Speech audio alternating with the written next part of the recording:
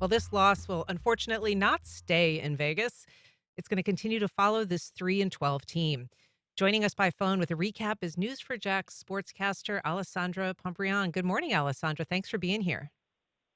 Good morning. I loved that intro. That is very evident that they're definitely taking this loss with them. Yeah, the Las Vegas won 19-14 over the Jaguars. Now both teams are 3-12 on the season. Las Vegas ended a 10-game losing streak, and because of their loss, the Jaguars now move to number 3 pick in the NFL draft. So new low for the Jaguars. Quite disappointing. I tweeted out after the game. I don't know if this game was more disappointing and embarrassing than the loss to the Bills and to the Lions. Oof. I still cannot figure out which one's worse because they're all quite embarrassing. This is the ninth time I saw your station report, the ninth time this season that the Jags lost by 7 points or less. So these are just so close. And they just can't seem to get it over the finish line, as it were. Yeah, you're right. So the Jaguars, they had 2 minutes and 44 seconds left on the game, or left in the game to score the game winner. But Mac Jones decided to pass to Dearness Johnson. He couldn't convert the fourth down. The Raiders iced the clock with about 52 seconds left to win. Las Vegas had recovered only one fumble all season before Sunday's game. It had 2 recoveries against the Jaguars, and 2 recoveries that could have, if the Jaguars kept hold of the ball, could have turned into points, at least field goals or a possible touchdown, which is just what they needed. Like I said, 19-14. So they needed a touchdown to win. They couldn't go with the field goal. But yeah, quite disappointing. It's really frustrating, which the players and, Coach Peterson said it's frustrating when you're so close, but you can't just get over the hump. But you know what? During the game, they played on discipline. There was costly mistakes. There was late in the second quarter during one sequence, there were 4 penalty flags thrown on 4 consecutive plays. Wow. 2 by the Jaguars, 2 by the Titans. And in the NFL game, you're kind of like, oh my goodness, this is, just embarrassing. This is what you would expect from maybe a high school football game, but you should have been more disciplined because they were all pre-snap penalties. So that definitely was costly for both teams, but ended up being more costly for the Jaguars. So I saw that the Times Union sports writer, Gene Fournette, he said this is the most underachieving season in franchise history. Obviously been good for Brian Thomas Jr., who broke some more rookie records, I guess, during this game. Yeah, he did.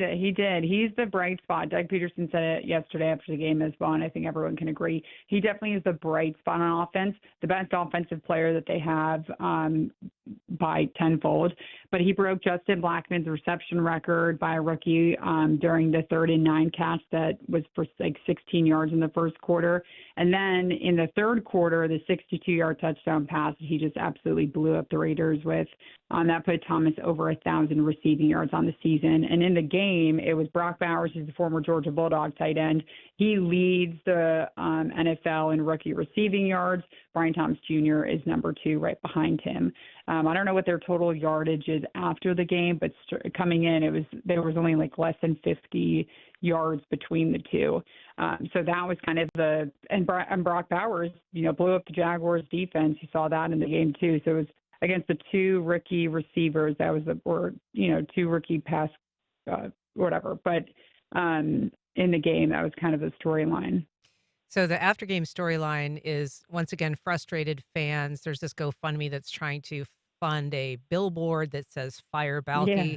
It kind of reminds me of in 2021 when all the Jaguars fans on Twitter changed their emoji or their profile picture to a clown with a mustache like Shad Khan, once again urging him to fire Balky. The story hasn't changed. Yeah, so we did a story. One of our members of our web team at News4Jax did a web article about it. So you can go to news4jax.com to read it. He contacted the person who set up the GoFundMe, and the guy says he either wants to buy a billboard, like the billboard that you have, or buy one of the planes that fly, like the sayings on the back of it. I don't know what those are called.